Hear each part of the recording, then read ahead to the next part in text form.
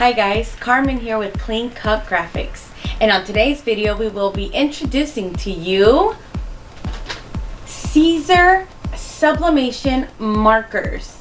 We have a primary color pack and we have a pastel pack. All you're going to need is a 100% polyester t-shirt, your markers, and regular copy paper. That's right, you heard that right, regular copy paper from your printer. And if you are a great artist, or if you would even love for your kids to draw something for you, all you have to do is open up your marker and get to drawing your image. Here we have two images that were drawn by two lovely little girls, and they use the primary pack.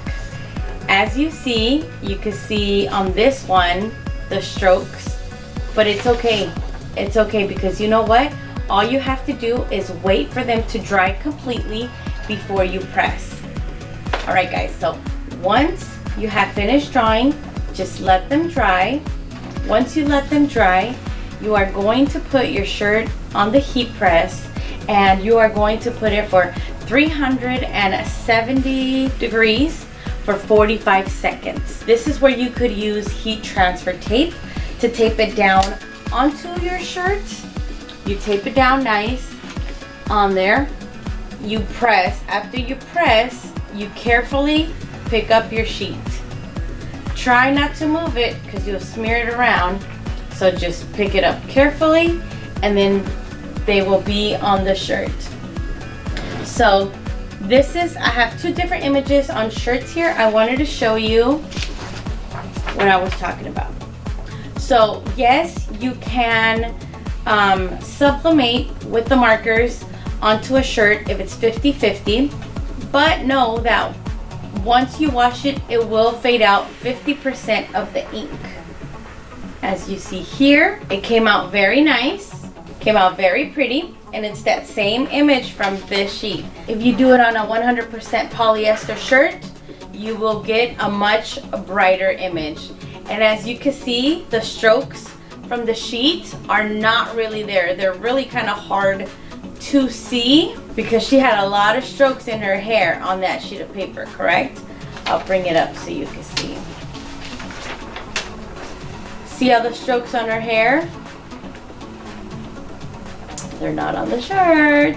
So you actually get very, very good quality of sublimation on the shirt. And the fact that, you know, we have a lot of kids that love to draw in color, this would be such a cute idea for them to do as a present for grandparents, for their backpacks, anything that you could think of. You could put their little images on. But the quality on here, like I said, it went from this to this. How pretty is that?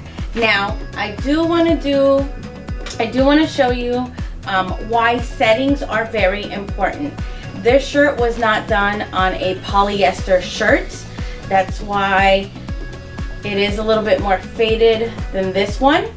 Two, this one, we made sure we pressed it on a medium pressure on our heat press, and because you are supposed to press them at 370 degrees for 45 seconds, firm pressure. So if you don't do it firm, it will come a little faded. It looks nice, but it's not as great as quality as if you were to follow the directions correctly. So settings and directions are very, very, very important. Don't forget that when pressing the copy paper on your shirt, it needs to be 370 for 45 seconds, firm pressure. And here are those shirts once again. The difference, this one, we followed the directions, and the other one we didn't, just to kind of see what would happen. So if you press a shirt and the shirt doesn't come out nice and vibrant, ask yourself those three questions. Was the pressure on my heat press correct? Was the heat temperature correct? And was the time correct? And if so, you will get this beautiful, beautiful drawing on your shirt.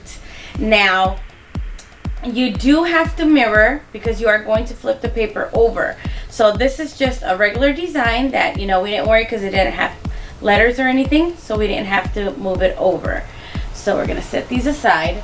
But our recommendation is, if you want to do letters, I would say write it down on a piece of paper with a black marker, any black marker that you could have.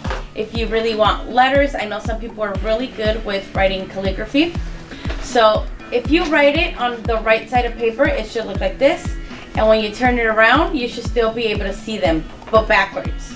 So I would say do it really dark, really good. Press it backwards down. Get another piece of paper.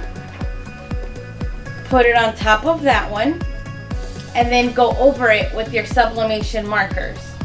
Once you go over your new sheet with sublimation markers, it should be backwards like this. So then when you go and press on the shirt, your words should be correct. Kind of like when you do mirror when you cut Siser Easy Weed. So that's what you're doing. You're reverse writing on here. You'll put it on your shirt. You'll press at 370 degrees for 45 seconds, and that'll be it. We have, as you see, I have done the black marker, flipped it over. We have traced them all with all the shades of the markers. We do have the primary color ones, and we do have the pastel color ones. And I am going to press this to show you how it works. Follow me, guys.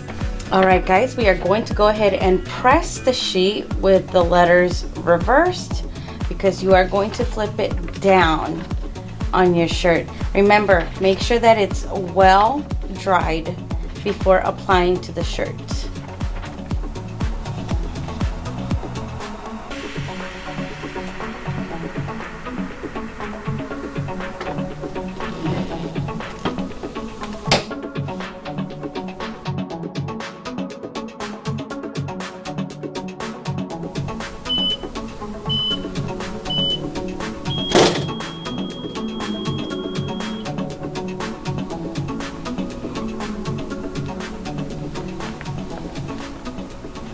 Ta-da!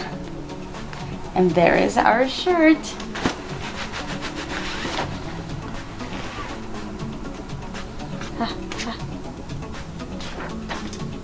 And as you see, they have faded a little bit because most of the ink went onto the shirt. And this is our final product.